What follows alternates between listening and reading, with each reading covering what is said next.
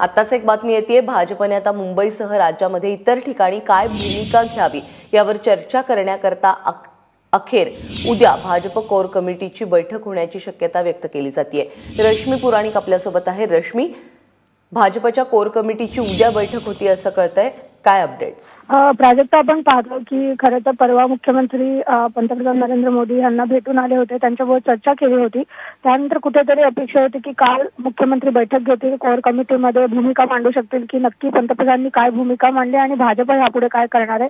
परंतु काल ही बैठक झालेली नाही, आज देखील ही बैठक होणार नाहीये, त्यामुळे कुठेतरी संभ्रमाचे वातावरण आहे। राज्यात अनेक ठिकाणी भाजप ही सत्तेजवळ आहे, फक्त जर युती झाली शिवसेनेबरोबर ते सत्ता स्थापनेमधला जो अडथळा आहे तो दूर होऊ शकेल।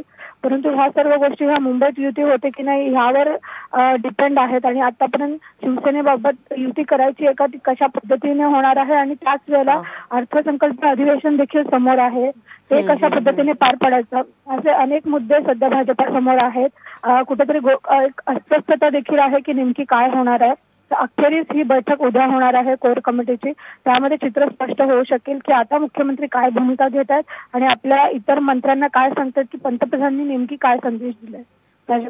रश्मी, धन्यवाद या सगळ्या माहितीबद्दल।